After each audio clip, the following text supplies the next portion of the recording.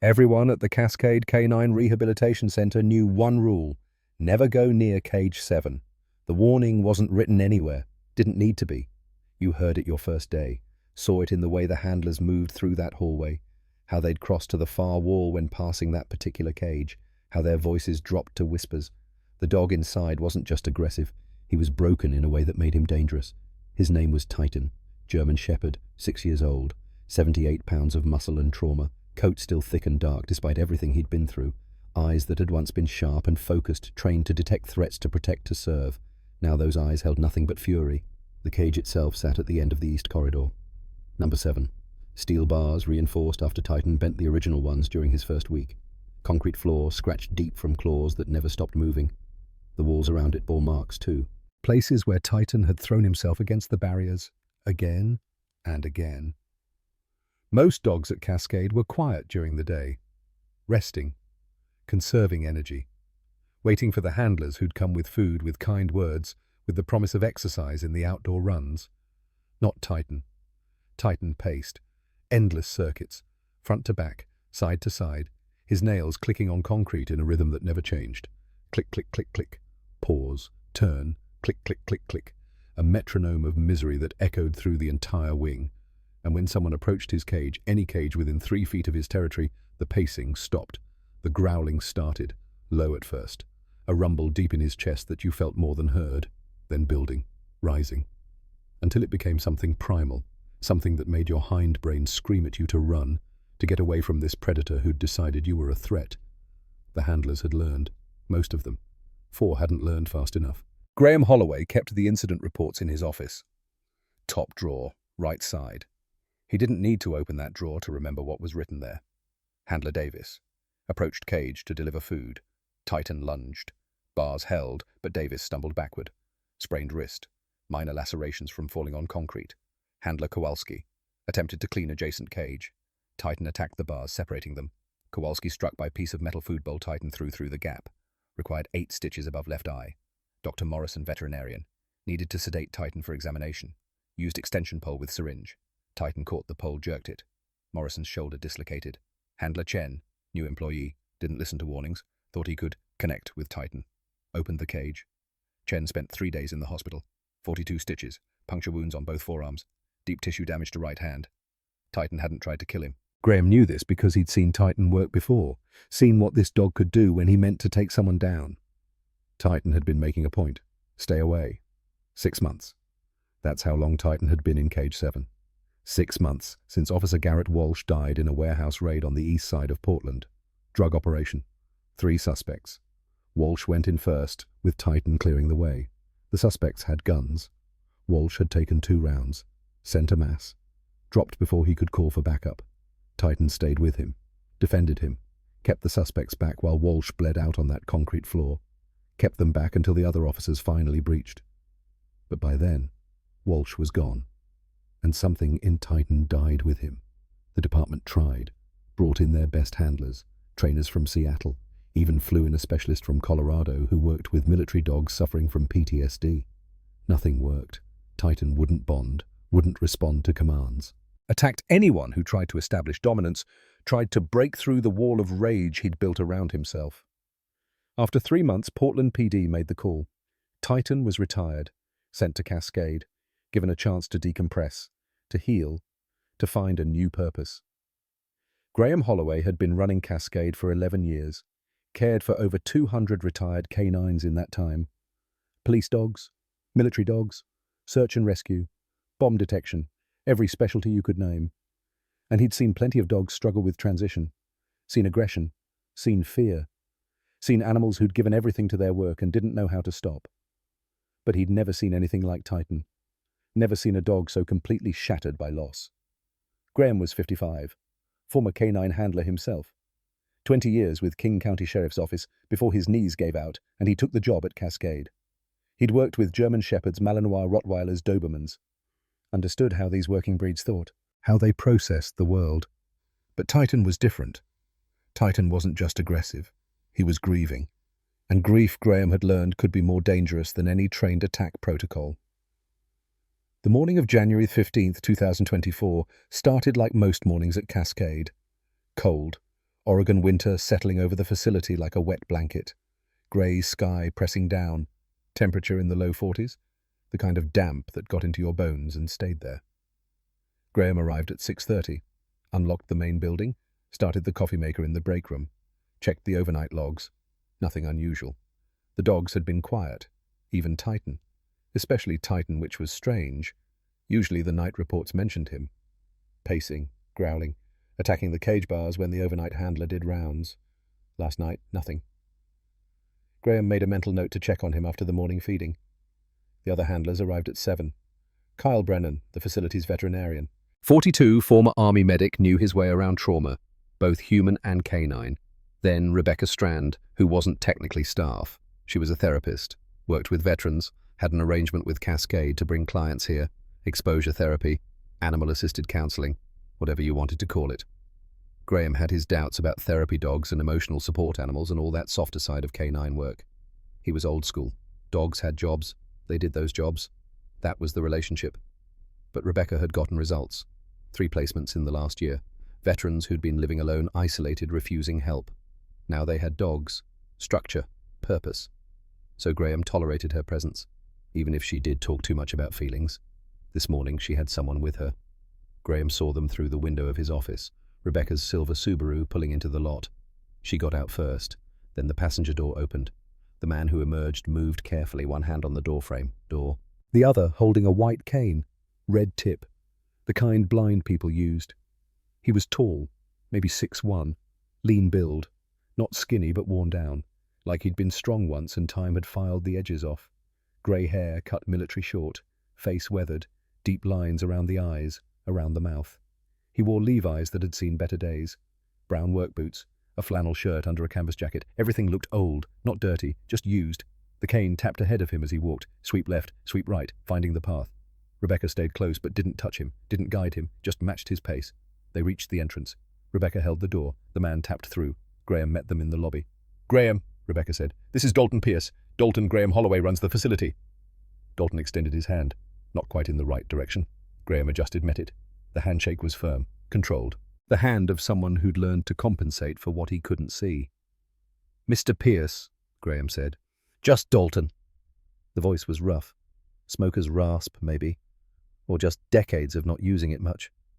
"Appreciate you having me." "Rebecca says you're interested in a service dog." "She says a lot of things." Rebecca smiled. "Dalton's been resistant to the idea, but I convinced him to at least come look." "Can't really look," Dalton said. "No humor in it. Just fact." Graham studied him, saw the way Dalton's head tilted slightly, tracking sounds, the coffee maker in the break room, the hum of the heating system, a dog barking somewhere in the south wing. "How long?" Graham asked. 20 years, give or take. Service burn, Army, EOD, got careless in Fallujah. Graham nodded. Explosive ordnance disposal. The guys who disarmed IEDs. Walked up to bombs that could vaporize a city block and took them apart with hand tools. Careless was probably the wrong word. "We have 3 dogs in the READY program," Graham said. "Fully trained for mobility assistance. All of them are good with—" "I don't need a babysitter," Dalton cut in. "I get around fine." "Then why are you here?" Silence. Rebecca filled it.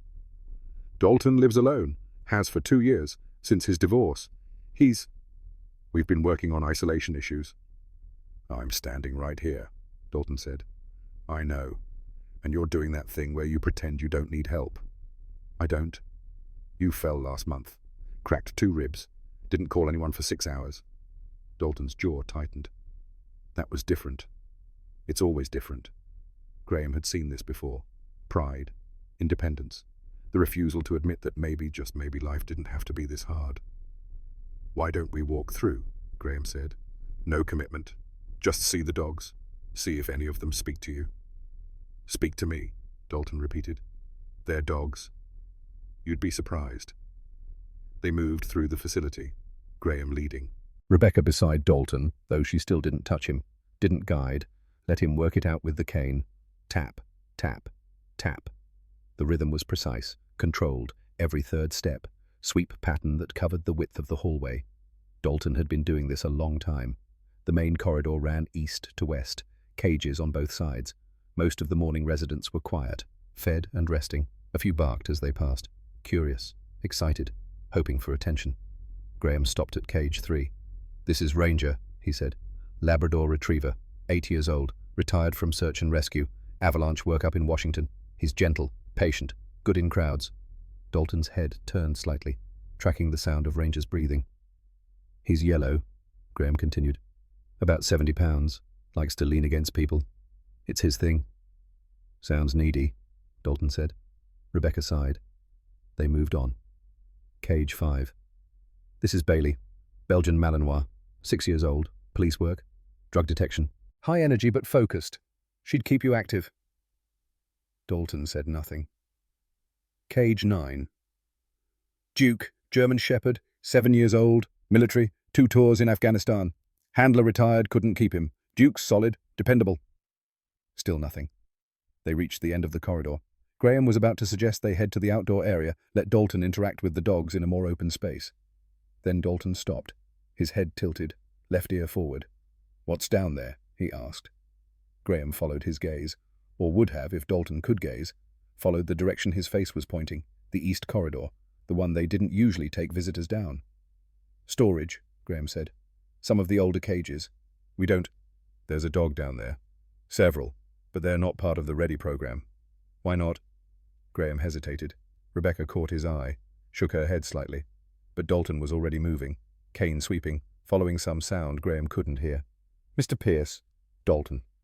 "Dalton, those dogs aren't suitable for placement." "Didn't ask if they were suitable. Asked what's down there." He kept walking. Rebecca hurried to catch up. Graham followed, cursing under his breath. The east corridor was dimmer. Fewer windows. The cages here were the old-style ones. Heavy steel. Built back when the facility first opened. They'd been meaning to upgrade. Budget never quite stretched far enough. Dalton moved past cage 1, past 2, past 3 and 4 and 5. At cage 6 he slowed. At cage 7 he stopped. Inside, Titan stopped pacing.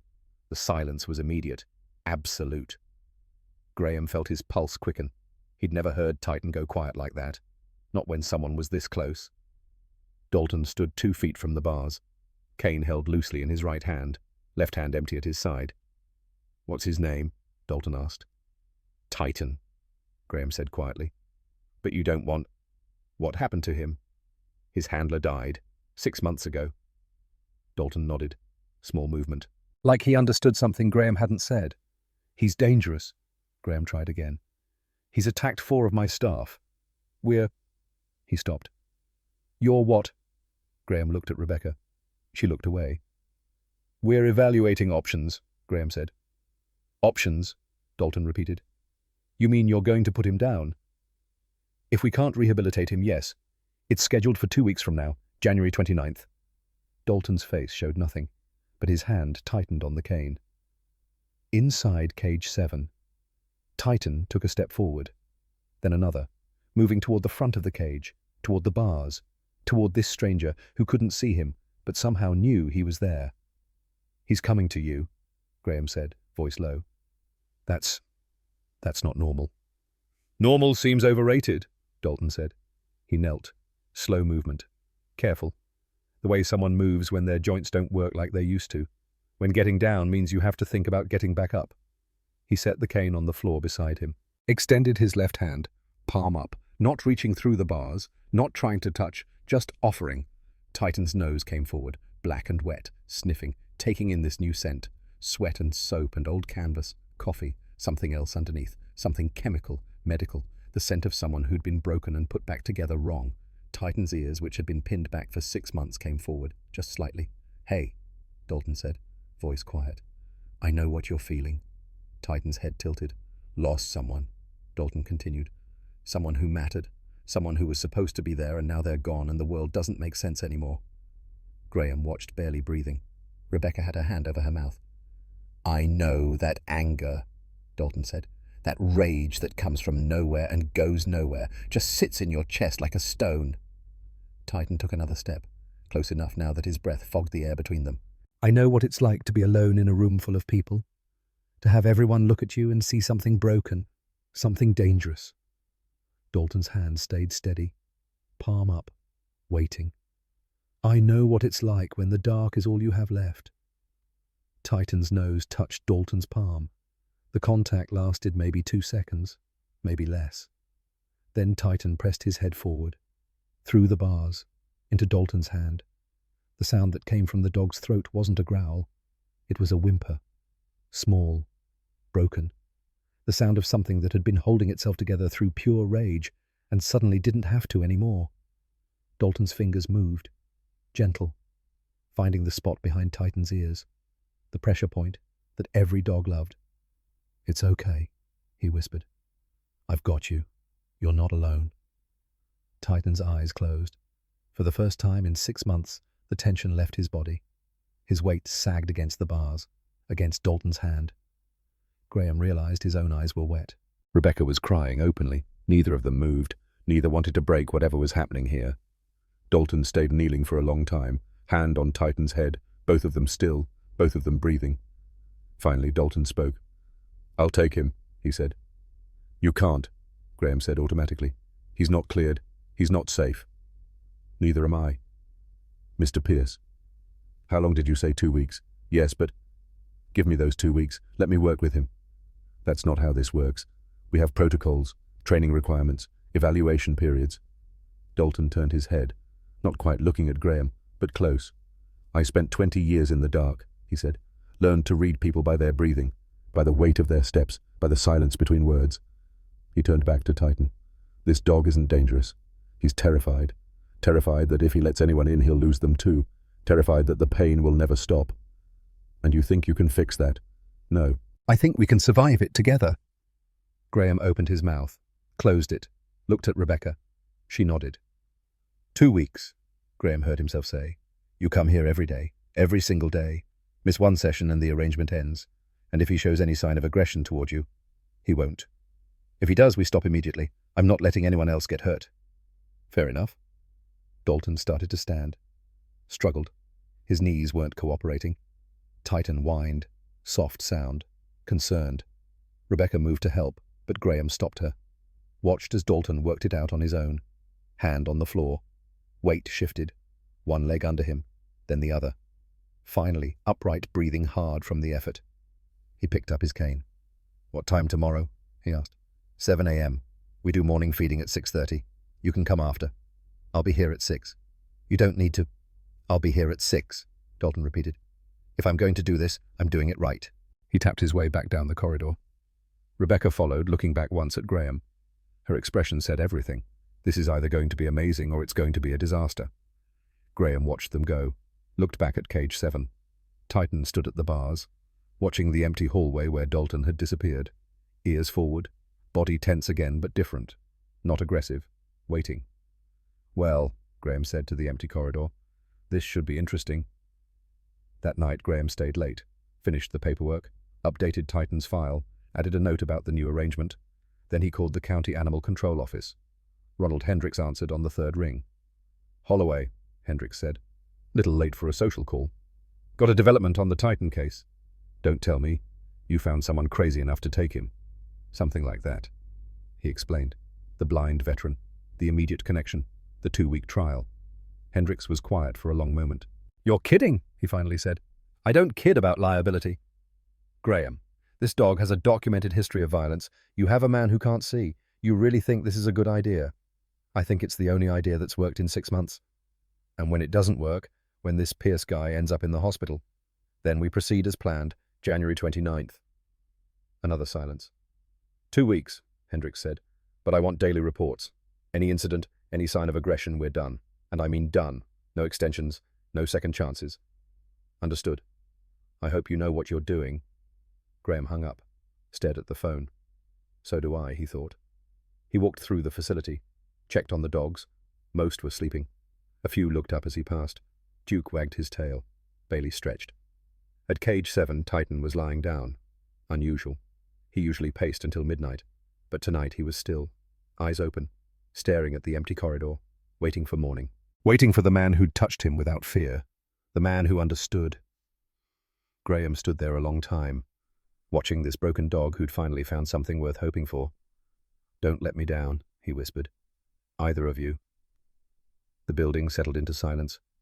Outside, rain started to fall, Oregon winter doing what it did best, Inside cage 7. Titan's eyes slowly closed. For the first time in 6 months, he slept without nightmares. And 70 miles away, in a small apartment in northeast Portland, Dalton Pierce sat in his kitchen. Hand on the table, coffee going cold beside him. He could still feel it. The texture of Titan's fur, the warmth of the dog's breath, the weight of that head pressing into his palm. Could still hear that whimper, that sound of recognition, of finding someone who understood what it meant to be lost. Dalton had stopped believing in signs a long time ago. Stopped believing in purpose or fate or any of the things people said when they were trying to make sense of senseless things. But tonight, sitting in the dark that had been his world for 20 years, he felt something he hadn't felt since Fallujah. Hope. Just a spark. Just enough to be dangerous. Just enough to make him think that maybe, just maybe, he could do this. Could save this dog. Could save himself. He finished his coffee, rinsed the cup, set his alarm for 4:30 a.m. Tomorrow would come early. And Dalton Pierce had a promise to keep.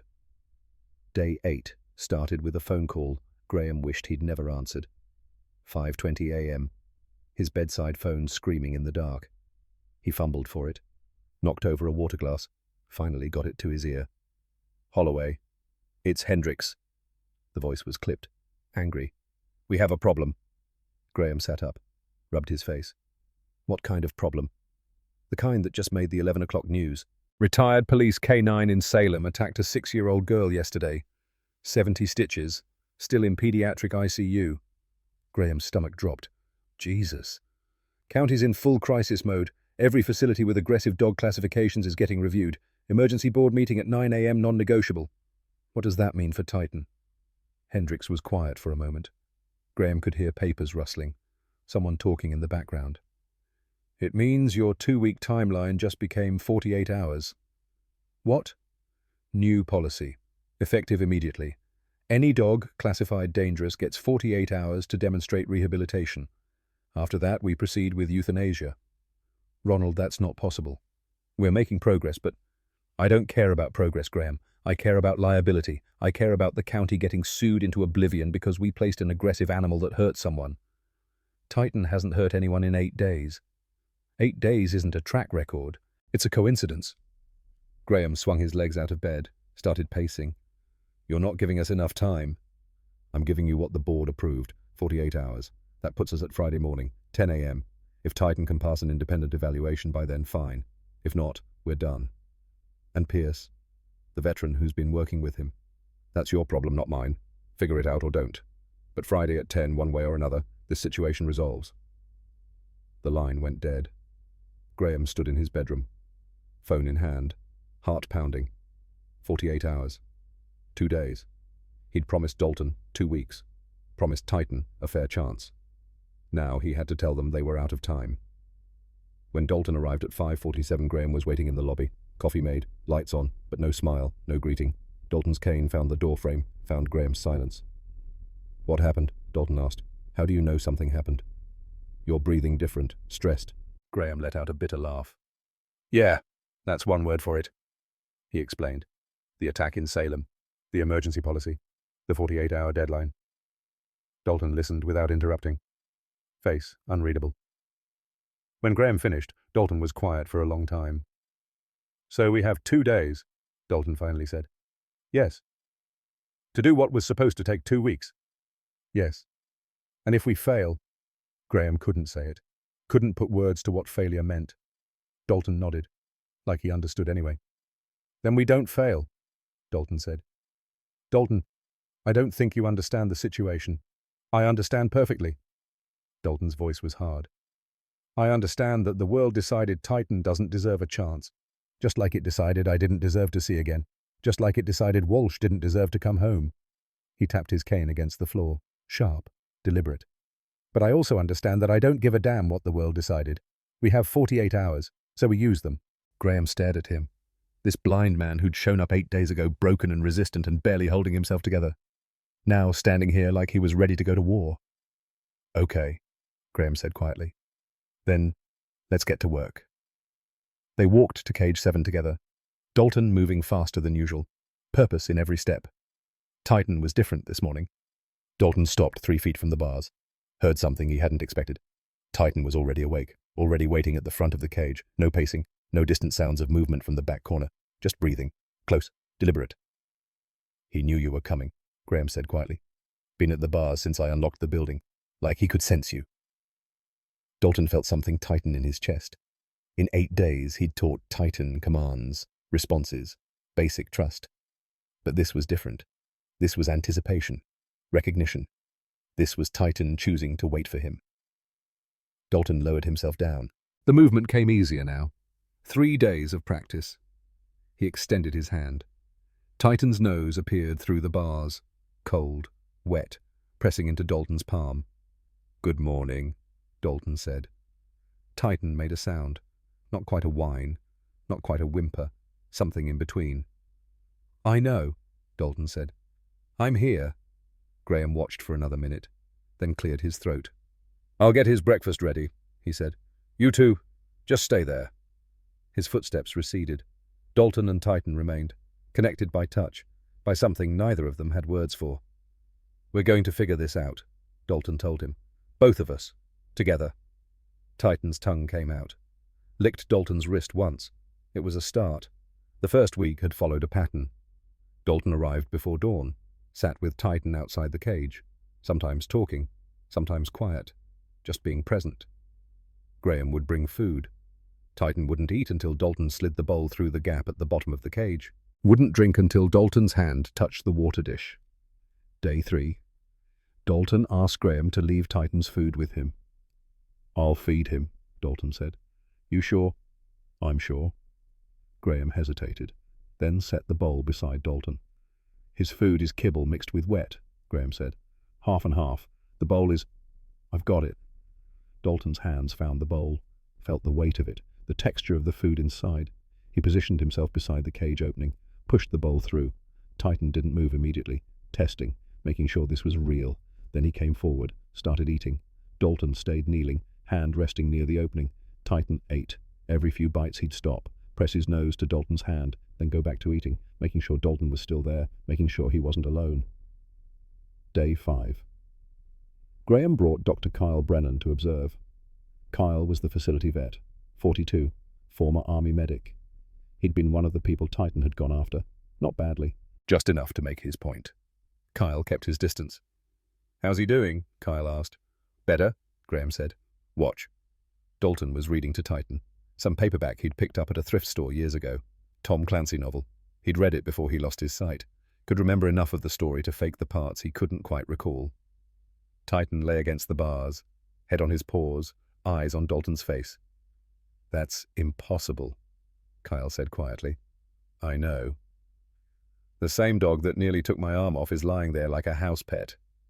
"Only with him," Graham said.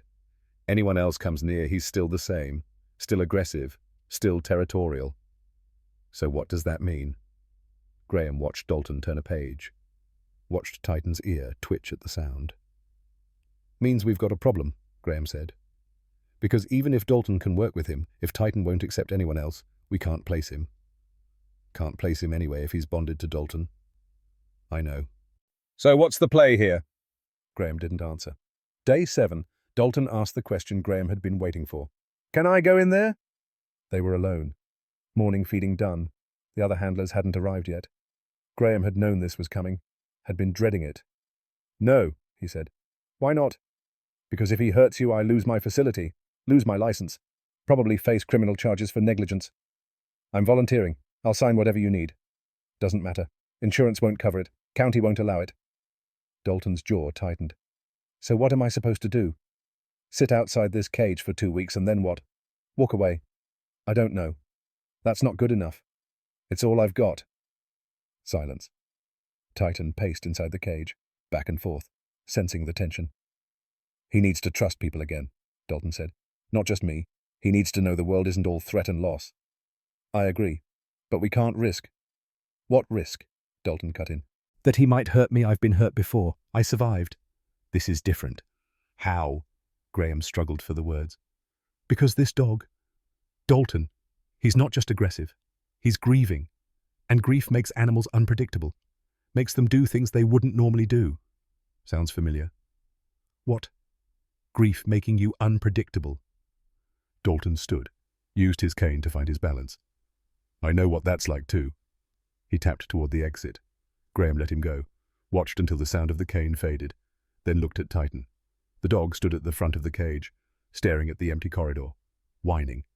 Now, with 48 hours left, everything changed. Dalton wanted to try something. Let me work with Titan in the training room, he said. Controlled environment. You can have as many handlers as you want standing by. Dalton, I'm not asking to go in his cage. I'm asking for a space where we can work without bars between us. Graham set down his pen. Why? Because I need to know if this is real. If what we have can exist outside of this corridor, outside of this routine we've built. And if it can't, Dalton's face was unreadable, then you'll have your answer, and so will I. Graham thought about it, thought about Ronald Hendricks and his warnings, thought about insurance and liability and all the bureaucratic reasons to say no, then thought about Titan, about 6 months of watching a dog destroy himself from the inside out. 1 hour, Graham said. Training room B, padded floor, 2 handlers with tranquilizer guns outside the observation window. When? Now, before I change my mind. Training room B was 20 feet by 20 feet. Padded mats on the floor, walls covered in thick foam, originally designed for aggressive dog rehabilitation, teaching them to redirect their energy without destroying property or people. It had been a while since they'd used it for its intended purpose. Graham had Kyle standing by with a tranquilizer gun, had another handler, Marcus, with a second gun, both outside the observation window, ready. Dalton stood in the center of the room, cane at his side, breathing steady. Remember, Graham said through the intercom, any sign of aggression, we're coming in. Understood. I mean it. He even looks at you wrong. I got it. Graham nodded to Marcus. Marcus headed to Cage 7. They'd worked out the logistics. Titan would be on a reinforced lead. Marcus would walk him to Training Room B, open the door, release the lead, close the door. Fast, efficient, minimal exposure. Graham watched through the window, saw Marcus coming down the corridor, saw Titan on the lead. The dog's entire body was tense, ears back, lips curled. Marcus was sweating despite the cold. They reached the door. Marcus fumbled with the latch, got it open. Titan lunged through. The lead fell away.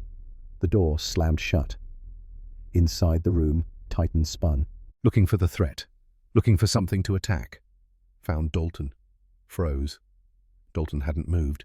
Stood exactly where he'd been, hands at his sides, cane touching the floor. Hey, he said quietly. It's okay. It's just us. Titan's ears came forward, just slightly. No one's going to hurt you here, Dalton continued. No cage, no bars, just you and me. Titan took a step, then another, circling, checking the perimeter, making sure. Dalton turned his head, tracking Titan by sound, by the soft pad of paws on mat. That's it, he said. Take your time. Figure it out. Titan completed the circle, came back to where he'd started, 3 feet from Dalton. Dalton dropped to one knee. Fast. Confident. No hesitation. The movement surprised everyone watching. Kyle's hand tightened on the tranquilizer gun anyway. Dalton extended his hand. Palm up. Steady. Titan didn't move. Dalton waited. Patient. No tension in his body. No expectation. Just offering. 30 seconds passed. Felt like 30 minutes. Then Titan stepped forward, pressed his nose to Dalton's palm. The breath everyone had been holding released. Titan moved closer, sniffing Dalton's jacket, his chest, his face, learning him, memorizing him. Dalton's hand came up slowly, found Titan's head, the spot behind his ears. Titan leaned into the touch. Good boy, Dalton whispered. Good boy.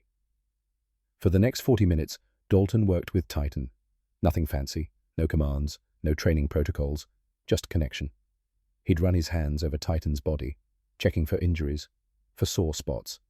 His fingers were gentle, methodical, the way someone touches when they can't see but need to understand. Titan allowed it. All of it. Stood still while Dalton examined his legs, his paws, the old scar on his shoulder from the shooting 6 months ago. This hurt, Dalton asked, touching the scar. Titan flinched slightly. Dalton's fingers gentled, moved to a different spot. I've got you. We'll take it slow. Near the end of the hour, Dalton sat on the floor, back against the padded wall. Titan sat beside him, not touching, just close. I lost 2 guys in Fallujah, Dalton said quietly. When the bomb went off, Rodriguez and Chen, good soldiers, better men. Titan's ear twitched. I dream about them sometimes. Still, 20 years later, I see them. Actually see them. Clear as anything. He paused. That's the funny thing about going blind. The last things you saw. They never fade. They just get stuck there, behind your eyes. Forever. Titan shifted, moved closer, head resting against Dalton's leg. But you know what I don't see. I don't see the after. The funerals. The coffins. The flags. Dalton's hand found Titan's head. I think that's why I can't let go. Because in my head they're still alive, still joking around before a patrol, still human. He was quiet for a long moment. You saw it, though. Saw your person die. Saw everything. Titan made a soft sound. And I bet you replay it. Every day. Every night. Looking for the thing you could have done different. The way you could have saved him. Dalton's voice broke slightly. But there wasn't anything. Was there? You did everything right. And he still died. And now you're here. And he's not. Titan pressed harder against Dalton's leg. I know, Dalton said. I know. Graham's throat tightened. He'd run Cascade for 11 years, seen hundreds of dogs and handlers, watched bonds form, watched trauma heal. But he'd never seen this. Never seen 2 broken things recognize each other so completely. Kyle stood beside him, silent, watching through the glass like he was witnessing something sacred. Neither of them spoke. Some moments didn't need words. At the 1-hour mark, Graham activated the intercom. Dalton, time's up. No response. Dalton, I heard you. We need to get Titan back to his cage. Dalton nodded, slowly got to his feet. Titan stood with him. See you tomorrow, Dalton told the dog. Titan whined. Marcus entered with the lead. Titan's entire demeanor changed. Ears back, teeth bared. Easy, Marcus said. Titan snapped. Didn't connect. Just warning. Titan, Dalton's voice. Calm, firm. It's okay. He's not a threat. Titan looked back at Dalton, then at Marcus. Growled low. I know, Dalton said. But we have to do this. I'll be back tomorrow. I promise. Marcus clipped the lead. Titan fought it, pulling, straining toward Dalton. Come on, boy, Marcus said. Let's go. They got him out, got the door closed. Graham entered the training room. Dalton stood in the center, hand gripping his cane, face turned toward the closed door. That was remarkable, Graham said. That was progress. More than progress. That was not enough. Graham stopped. What do you mean? He needs more than an hour in a padded room. He needs purpose, structure, something to focus on besides his grief. He's not ready for what, to be a pet, to sit in someone's living room and slowly go insane. He was a working dog, police canine. You can't just... Then give him work. Dalton turned, not quite facing Graham, but close enough. Give him something to do, something that uses what he was trained for, what he's good at. Like what? I don't know. That's your job. You're the expert. Graham rubbed his face. Dalton, we're running out of time. The county's deadline is in 40 hours, and Titan still won't accept anyone but you. So we have 40 hours to change that. That's not... The door opened. Kyle stepped in. Graham, he said, we've got a problem. They gathered in Graham's office. Kyle, Graham, Dalton. Kyle pulled up Titan's medical file on the computer. I did a full exam yesterday, Kyle said. While Titan was sedated for x-rays. Found something. He clicked through images. Grey and black. Bone and shadow. Dalton can't see this, Graham said. I know, I'll explain.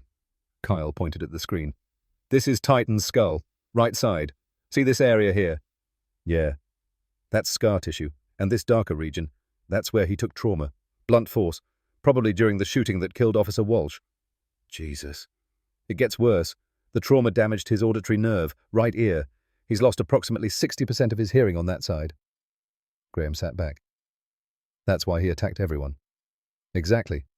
Someone approaches from the right, he doesn't hear them, goes into defensive mode, fight or flight, and Titan doesn't do flight.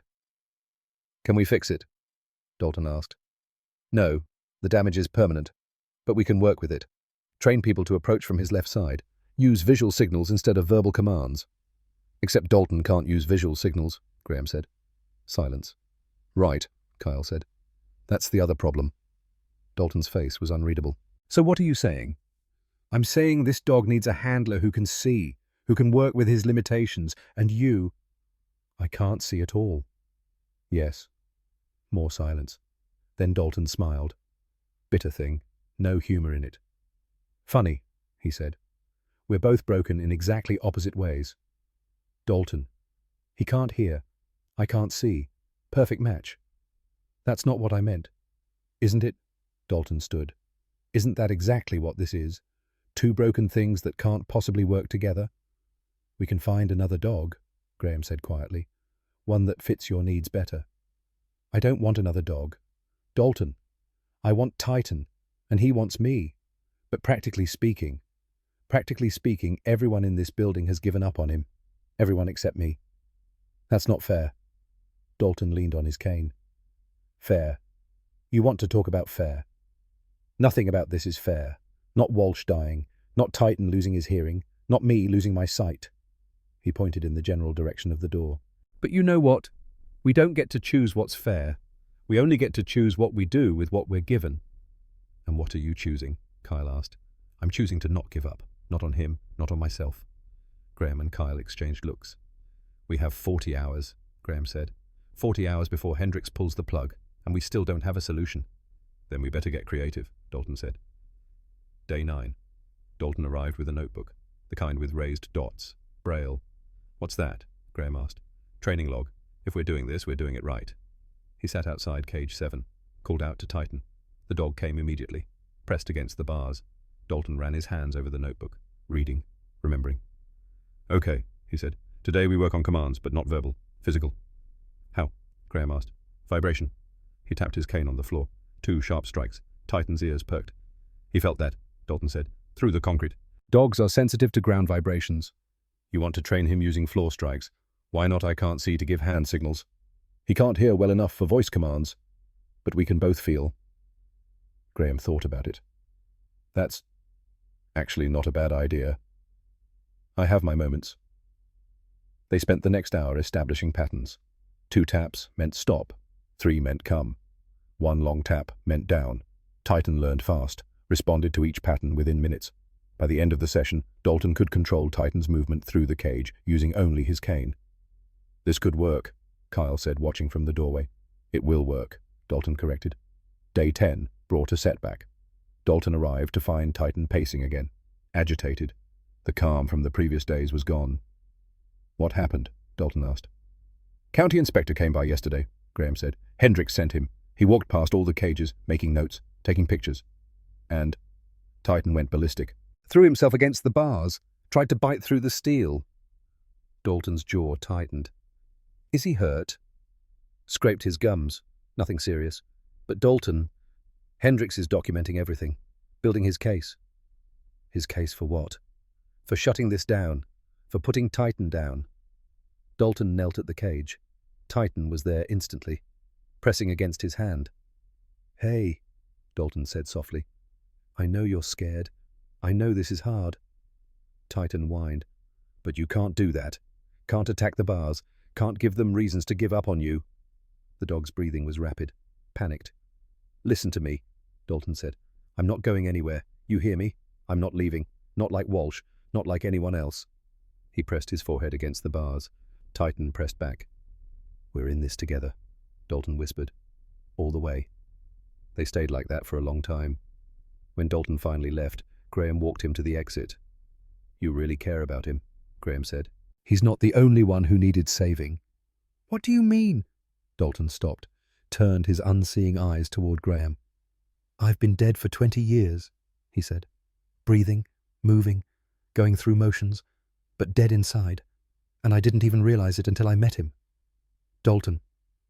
He gave me a reason to get up, to leave my apartment, to feel something besides anger and guilt and emptiness. His hand tightened on the cane. So yeah, I care about him. Because he cared about me first, without even knowing me. Just cared. Graham had no response to that. Day 11. 30 hours left. Dalton pushed harder. Longer sessions. More complex commands. They worked in the training room again. This time for 2 hours. Titan learned to follow Dalton using only vibration cues. Learned to stop, to sit, to stay. Learned to come when called through a combination of tap patterns and low-frequency sounds that Titan could still hear in his good ear. "He's responding," Kyle observed. Better than any training protocol I've seen. Because it's not protocol, Dalton said. It's communication. Day 12. 24 hours left. Graham received a call from Hendricks. "Status update," Hendricks demanded. "Progress," Graham said. "Significant progress. Specific examples." Graham detailed the training sessions, the vibration commands, Titan's responsiveness to Dalton. "And with other handlers?" Hendricks asked. Graham hesitated. "Still working on that." "So no progress there?" "It takes time." "Time's up, Graham. You've got 24 hours. Either this dog is safe for placement or he's not. Ronald, no excuses, no extensions. Tomorrow morning at 10. The line went dead. Graham sat at his desk, staring at the phone. 24 hours. Not enough time. Not nearly enough. He found Dalton in the training room, working with Titan. Both of them focused. Intent. "We need to talk," Graham said. Dalton's face told him he already knew. "How long?" Dalton asked. 24 hours. Titan sensed the tension, moved closer to Dalton, protective. "What do we do?" Dalton said. "I don't know. There has to be something, some test, some way to prove he's ready." Graham shook his head, then remembered Dalton couldn't see it. "The problem isn't whether he's ready," Graham said. "The problem is he's only ready with you. And you're not a certified handler. You're not even cleared for independent mobility assistance." "So clear me. It doesn't work like that." "Why not?" "Because you're blind, Dalton. Because the county won't allow a blind handler to control a dog with documented aggression issues and partial hearing loss." The words hung in the air. Brutal. True. Dalton's face showed nothing, but his hand found Titan's head, steadied himself with that touch. "Then I guess we're out of options," he said quietly. "There might be one more thing," Kyle said from the doorway. They both turned. "What?" Graham asked. "Emotional support animal classification. Not a service dog, not a working canine, just support." "That doesn't solve the aggression issue." "No, but it changes the requirements.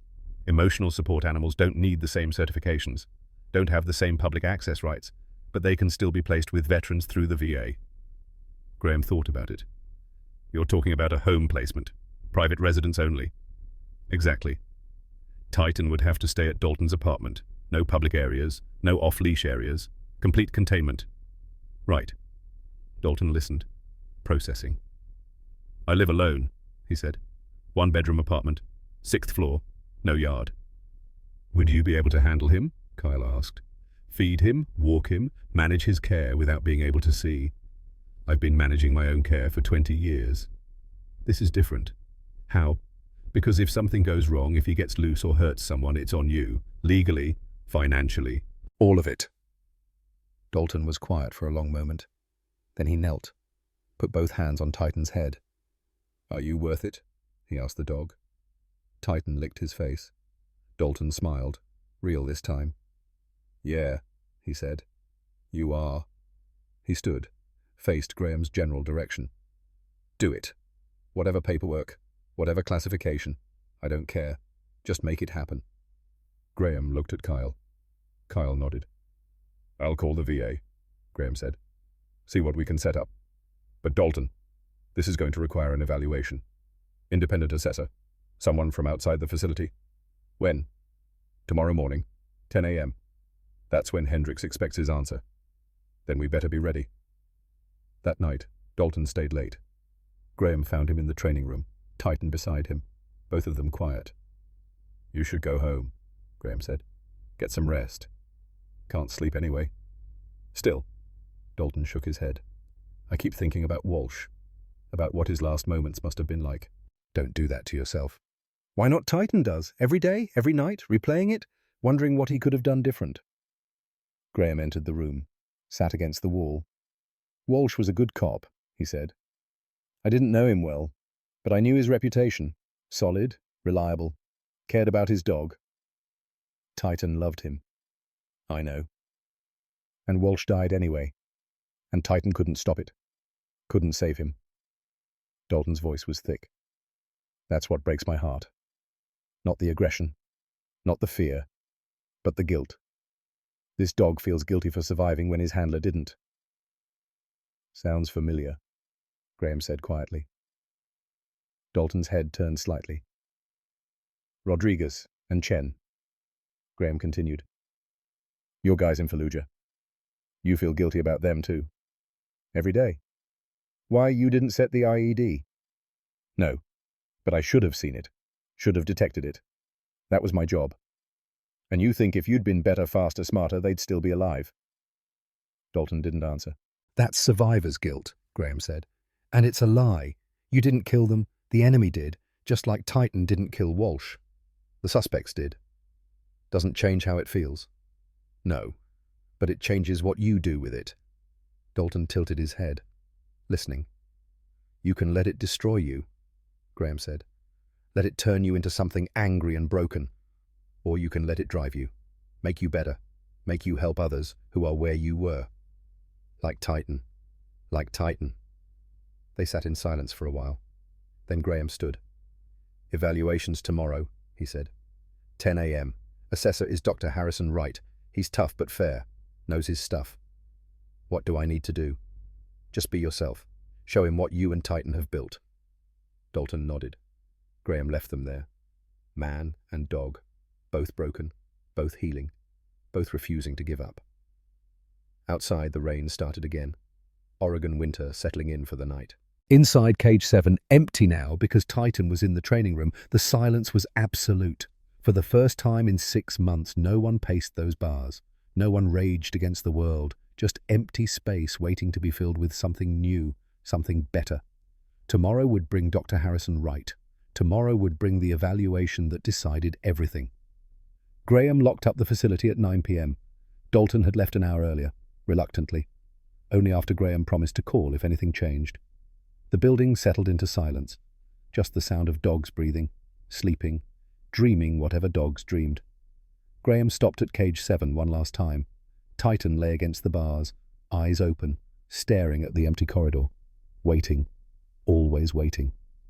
He's coming back, Graham told him. Tomorrow. He promised. Titan's ear twitched, but he didn't move. Graham understood. Promises were just words, and words meant nothing when you'd already lost everything once. Across the city, Dalton sat in his apartment. 6th floor, 1 bedroom, the place he'd lived alone for 2 years. He'd made dinner, eaten half of it, given up.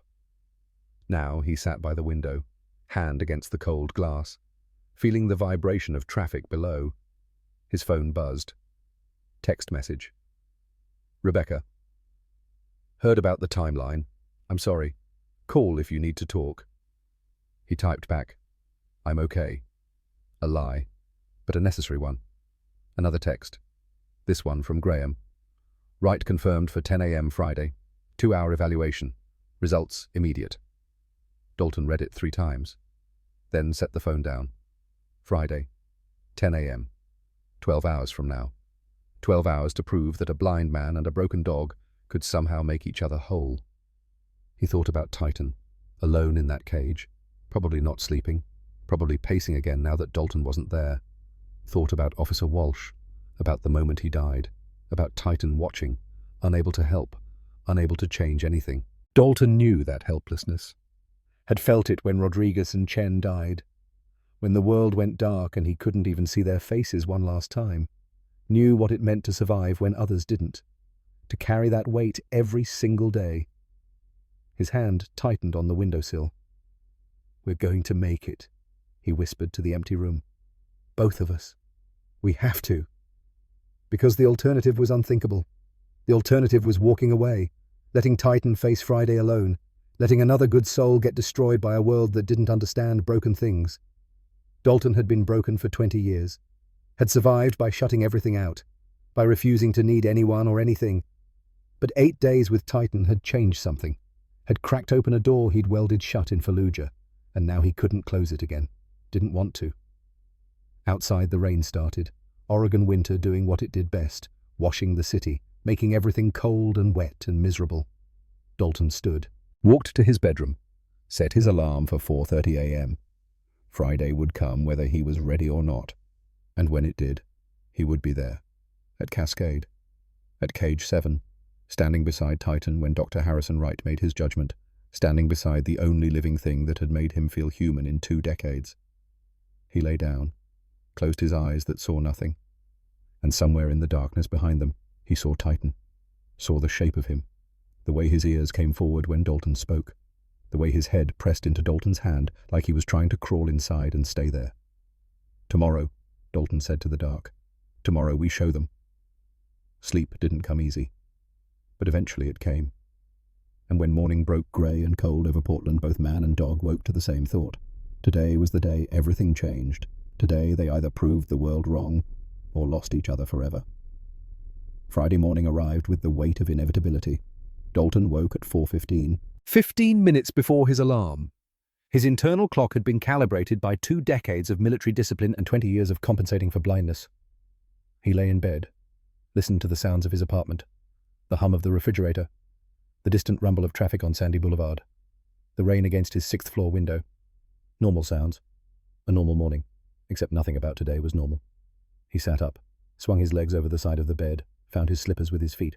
The apartment was cold. Heat didn't kick in until 6. He'd learned to layer. Flannel over thermal underwear, thick socks. The routine was automatic. Muscle memory built over 7,000 mornings of navigating a world he couldn't see. Bathroom, shower. The water pressure was weak but consistent. He'd memorized the number of turns on the faucet. 3.5 for the right temperature.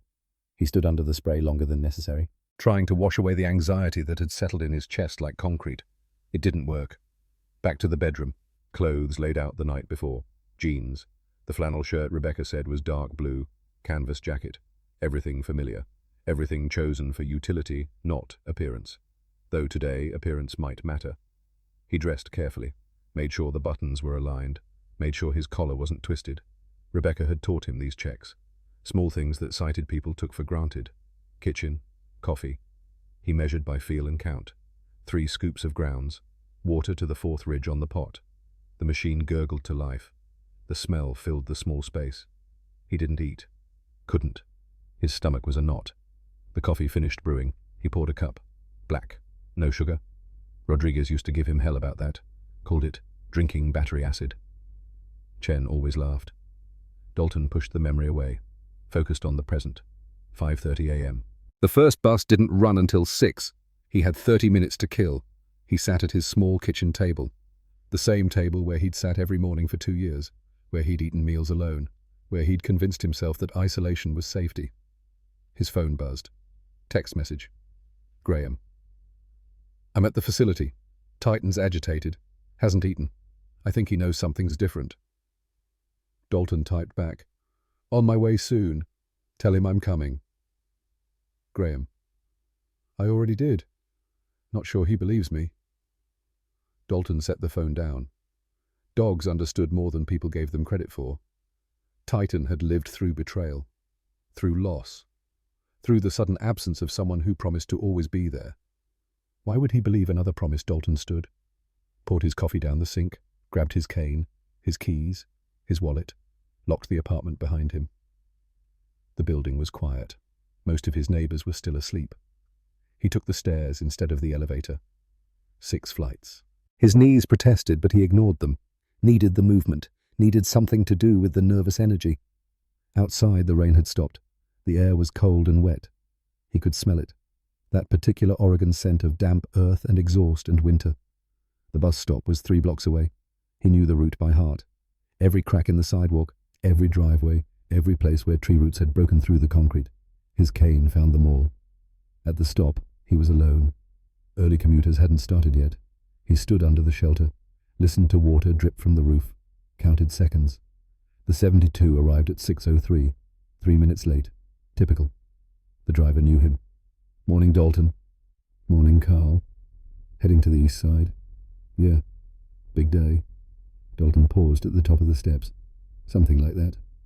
Good luck then. Thanks. He found a seat near the front. The bus was mostly empty. A woman with headphones. A man in construction clothes. Neither spoke. Dalton rode in silence, tracked their progress by the stops, by the sounds, by the rhythm of acceleration and braking that he'd memorized. 32 minutes to the transit center. He transferred to the 33. This driver didn't know him, didn't speak, just opened the door and waited. The industrial route was always empty this early.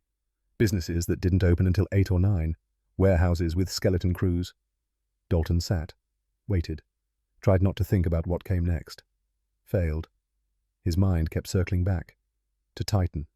To Dr. Harrison Wright. To the evaluation that would determine everything. He'd never met Wright. Didn't know what kind of man he was. What he valued. What he'd see when he looked at a blind veteran and a traumatized dog. Would he see potential? Or would he see liability? Would he see two beings trying to heal each other? Or would he see a disaster waiting to happen? The bus rolled through empty streets. Past the lumberyard. Past the defunct car dealership. Cascade K9 Center, the driver called out. Thank you, Dalton said. He stepped down. The bus pulled away, left him standing in the cold morning air, alone with his thoughts for another 50 feet. Then the automatic doors hissed open. Graham was there. You're early, Graham said. Couldn't sleep. Neither could I. They stood in the lobby. The facility was quiet. Morning feeding wouldn't start for another hour. The dogs were still resting. Coffee, Graham offered. No. I want to see Titan. Dalton. I need to see him. Now. Graham didn't argue. Led him through the corridors. Their footsteps echoed. At cage 7, Titan was pacing. The sound stopped the moment they arrived. He heard you, Graham said quietly. Stopped the second your cane hit the floor. Dalton moved to the bars, knelt without hesitation. The movement was smooth now, practiced. Titan's nose appeared immediately, cold, wet, pressing into Dalton's palm with desperate urgency. Hey, Dalton whispered. I'm here, just like I promised. Titan whined, high-pitched, anxious. I know you're scared. I am too. The dog pressed harder, trying to get closer, trying to reach through the bars. But we're going to do this, Dalton continued. We're going to show them what we've built, what we are together. He ran his hands over Titan's face, felt the tension in every muscle. You trust me? Titan licked his hand. Then trust me now. Trust that I won't let them take you, won't let them decide we don't deserve each other. Graham watched from a few feet away. He'd seen a lot in his years running Cascade, seen bonds form, seen partnerships develop. But this was different. This wasn't training. This wasn't protocol or methodology. This was two souls recognizing each other across a divide that shouldn't have been crossable. A blind man who couldn't see, a deaf dog who couldn't hear, both broken. Both somehow more complete together than they'd ever been apart. Dalton, Graham said softly. Wright will be here at 9:30. He likes to observe before the formal evaluation. We should go over what he'll be looking for. What will he be looking for? Control, responsiveness, safety indicators, evidence that Titan can function in a home environment without posing a threat. And what will he see? I don't know. Dalton stood. Titan stood with him, both watching each other through the bars. He'll see what everyone sees, Dalton said. A dangerous dog and a disabled veteran. Two liabilities. That's not. It is. And we both know it. Dalton turned. So we need to show him something else. Something he's not expecting. Like what? Like proof that broken doesn't mean useless, that different doesn't mean wrong. Graham was quiet for a moment, then nodded. Okay, so how do we do that? We give him a demonstration, not in a training room. Not in a controlled environment, something real. What did you have in mind? Dalton smiled. Grim thing. I have an idea, but you're not going to like it. The next 2 hours were preparation. Graham made calls, coordinated, set things up while Dalton worked with Titan in the training room. They ran through the commands, the vibration patterns, the trust exercises they'd built over 12 days. Titan was sharp, focused, every response crisp and immediate. But there was an edge to him, a tension that hadn't been there yesterday. He knew Somehow he understood that today was different, that something was coming, something that would change everything. At 9:15, a silver Honda pulled into the parking lot. Graham watched from his office window. Dr. Harrison Wright stepped out, 58 years old. Grey hair cropped military short, khaki pants, blue button-down shirt, windbreaker with a K9 Handler Association logo. He moved with the careful economy of someone who'd worked with dangerous animals, someone who'd been bitten, who'd learned respect the hard way. Graham met him at the entrance. "Dr. Wright, thanks for coming on short notice." Wright's handshake was firm, professional. "Mr. Holloway, I understand we have an unusual situation." "That's one way to put it. Walk me through it." They moved to Graham's office. Graham explained Titan's history, the attacks, the 6 months of failed rehabilitation, then Dalton, the connection, the progress, the 48-hour deadline. Wright listened without interrupting, took notes on a tablet. His expression gave nothing away. "And the veteran is blind," Wright said when Graham finished. "Yes. Completely blind. Yes. IED in Fallujah 20 years ago. And the dog has partial hearing loss. Right ear. Approximately 60%. Wright set down his tablet. "You understand how this looks?" "I do." A blind handler with a dog that can't hear, both with documented trauma, both with limitations that would disqualify them under standard protocols. "Yes. And you're asking me to approve a placement that violates every safety guideline in the book?" Graham met his eyes. "I'm asking you to see what I've seen, to give them a chance to show you what they've become together." Wright was quiet for a long moment. "Where are they now?" "Training room B. Waiting." "Then let's not keep them waiting." They walked through the facility. Wright observed everything. The cages, the dogs, the condition of the equipment, the professionalism of the staff. This wasn't just about Titan. Graham knew that. This was about whether Cascade itself was operating responsibly, whether Graham's judgment could be trusted. At the training room, they stopped outside the observation window. Inside, Dalton sat on the floor, back against the wall. Titan lay beside him, both still, both waiting. "Tell me about the veteran," Wright said.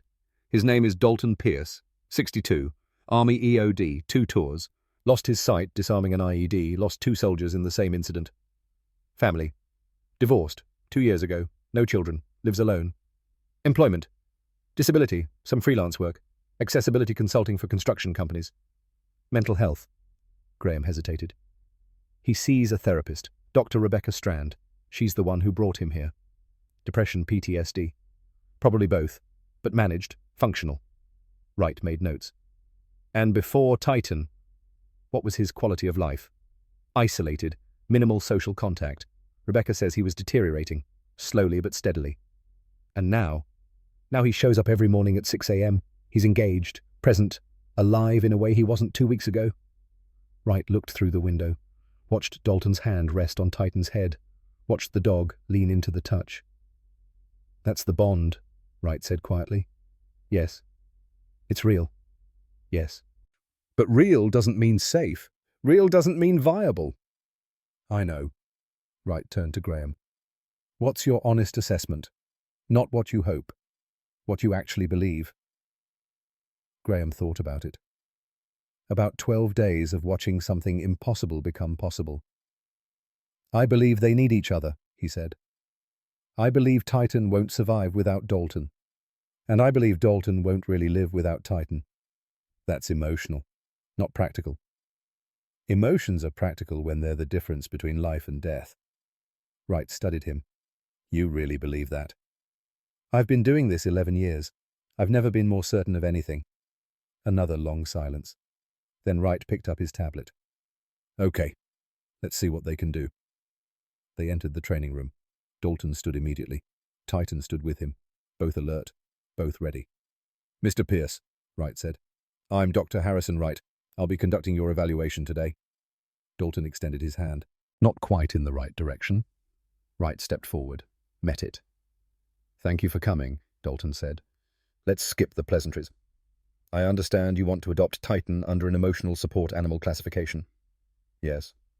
"You understand the limitations, no public access rights, no off-leash privileges in shared spaces, complete containment to your private residence." "I understand." And you believe you can handle a 78-pound German Shepherd with documented aggression issues while being unable to see him? Yes. Why? Dalton's jaw tightened. Because he's not aggressive. He's traumatized. There's a difference. Explain. Aggression is a choice. A dog that wants to hurt people. Titan doesn't want to hurt anyone. He's trying to protect himself from more pain. And you know this how? Because I'm the same way. Wright raised an eyebrow. You've attacked people. I've pushed them away, isolated myself, built walls so high nobody could get through. Dalton paused. Until Titan. What makes him different? He doesn't need me to be anything I'm not. Doesn't need me to see. Doesn't need me to be whole. He just needs me to be here, to understand. Wright made notes. And his hearing loss. How do you compensate? Vibration patterns, low-frequency sounds, physical touch. We've developed a communication system that works for both of us. Demonstrate. Dalton knelt. Titan moved with him. Tap, tap. Titan stopped moving. Tap, tap, tap. Titan came closer. One long tap. Titan lay down. He responds to you, Wright said. But what about others? That's what we're working on. Working on isn't good enough. I need to see evidence that he's safe around other people. Dalton stood. Then let me show you. He turned to Graham. Is Kyle here? Yes. And Marcus? Yes. Good. Bring them in. Graham's eyes widened. Dalton, trust me. Graham hesitated, then activated the intercom. Kyle, Marcus, please come to training room B. 30 seconds later, they entered. Titan's entire body went rigid. Kyle was the man he'd attacked. Marcus was the handler who always brought the lead. Both represented threat. Both represented pain. Titan's lips curled. A low growl built in his chest. Titan, Dalton said quietly. Easy. The growl continued. They're not here to hurt us. They're here to help. Titan looked at Dalton, then at the two men, back to Dalton. The growl faded, slightly. Kyle, Dalton said. Come closer, slowly, from his left side. Kyle swallowed hard, started to move. Titan tensed, ready to spring. Titan! Dalton's hand on his head. Stay. One long tap of the cane. Titan stayed, every muscle quivering, but he stayed. Kyle came within 5 feet. Stopped. Good, Dalton said. That's good. Now Marcus. Same thing. Left side. Slow. Marcus approached. Titan's breathing increased. Rapid. Panicked. But he didn't move. Didn't attack. Good boy, Dalton whispered. You're doing so good.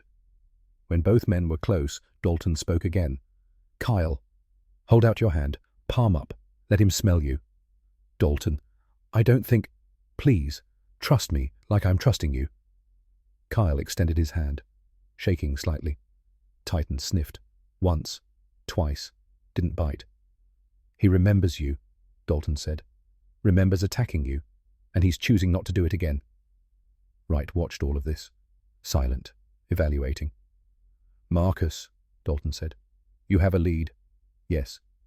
Attach it, but tell him what you're doing first. Let him see it coming. Marcus showed Titan the lead, moved slowly, clipped it to his collar. Titan flinched, but didn't snap, didn't fight. He's learning, Dalton said, turning toward where he thought Wright was standing.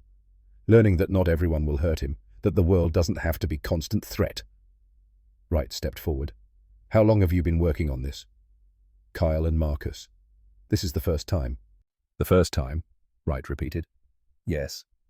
You're telling me this dog went from attacking these men to accepting their presence in 12 days? No. I'm telling you this dog went from having no reason to trust anyone to having one reason, me. And because he trusts me, he's willing to try trusting them. Wright looked at Graham. Graham nodded confirmation. That's remarkable, Wright said quietly. That's survival, Dalton corrected. That's what happens when you give broken things a reason to heal. Wright made more notes. Lots of them. Then he set down his tablet. Mr. Pierce, I'm going to be direct. Under normal circumstances, I wouldn't approve this placement. The risk factors are too high. The limitations too severe. Dalton's face went blank.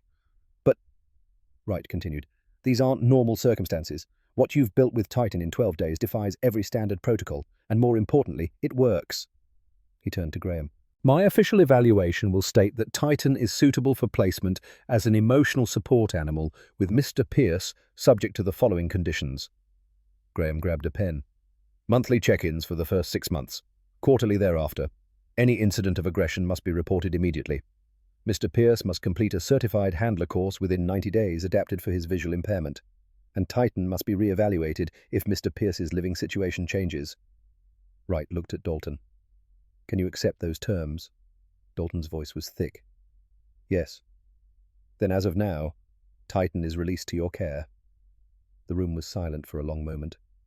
Then Dalton dropped to his knees, put his arms around Titan. The dog pressed into him, both of them shaking. Thank you, Dalton whispered.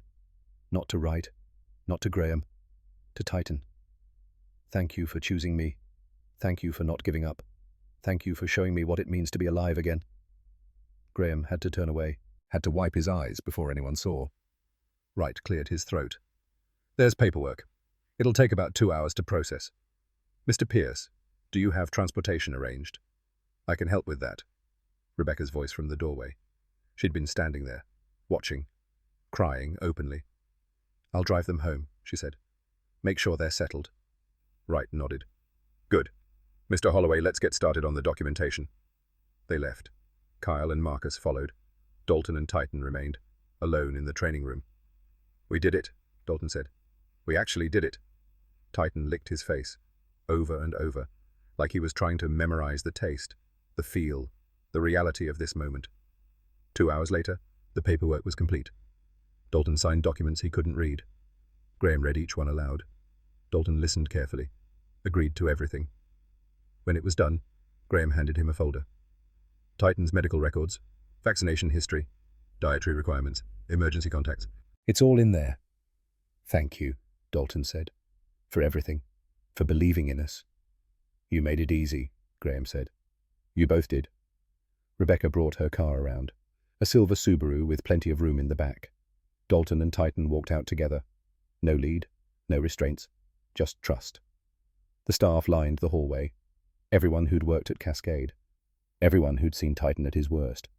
They didn't clap, didn't cheer, just watched in silence as the dog who'd been scheduled for euthanasia walked toward freedom, toward life, toward home. Outside, the rain had started again. Light drizzle. Typical Oregon. Rebecca opened the back door. Titan jumped in without hesitation, settled on the seat like he'd been doing it forever. Dalton climbed in beside him, hand immediately finding Titan's head. Ready? Rebecca asked. Yes, Dalton said. The drive to Dalton's apartment took 40 minutes. Traffic was light. Rebecca drove carefully. No sudden stops. No sharp turns. In the back seat, Dalton and Titan sat together. Neither moving, neither speaking, just being. For the first time in 6 months, Titan wasn't in a cage. For the first time in 20 years, Dalton wasn't alone. They arrived at the apartment building, 6th floor, 1 bedroom. The place Dalton had lived in isolation for 2 years. It wouldn't be isolating anymore. Rebecca helped carry supplies, dog food, bowls, a bed Graham had insisted they take, toys that Titan probably wouldn't use but might eventually. Inside, Titan explored, sniffed every corner, every room, learning this new space. Dalton stood in the center of his small living room, listening to the click of nails on linoleum, the soft huff of breathing, the sounds of another living being sharing his space. He'll need to go out, Rebecca said. There's a small park 2 blocks north. I'll walk you there, show you the route. Okay. They went together, all 3 of them. Down 6 flights of stairs because the elevator was broken, out onto the street. The park was small, more of a green space, grass and a few trees, a bench that had seen better days, but it was quiet, empty at this hour. Titan did his business, then sat beside Dalton on the bench. Rebecca sat on Dalton's other side. You did it, she said quietly. We did it, Dalton corrected. What happens now? Now we figure out how to live together, how to be, whatever we're going to be. You know I'm here, if you need anything. I know. They sat for a while, watching the rain, feeling the cold. Then Titan stood, looked at Dalton, ready to go home. Back at the apartment, Rebecca left them alone, promised to check in tomorrow. Dalton locked the door behind her, stood in his apartment, his home, which was now their home. Hungry? He asked Titan.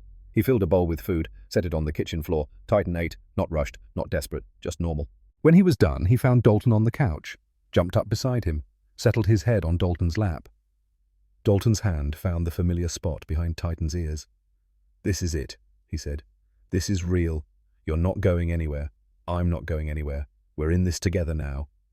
Titan sighed, deep and content. Outside, the city moved on. Traffic, people, life happening at its usual pace. Inside apartment 6B, two broken beings finally found what they'd been missing. Not healing, not quite, but the beginning of it. The promise that maybe, just maybe, broken things could fit together in ways whole things never could. Dalton closed his eyes, not because he was tired, but because for the first time in 20 years he wanted to rest, wanted to let go, wanted to trust that when he woke up something good would still be there, and it would be. Titan would be there, always.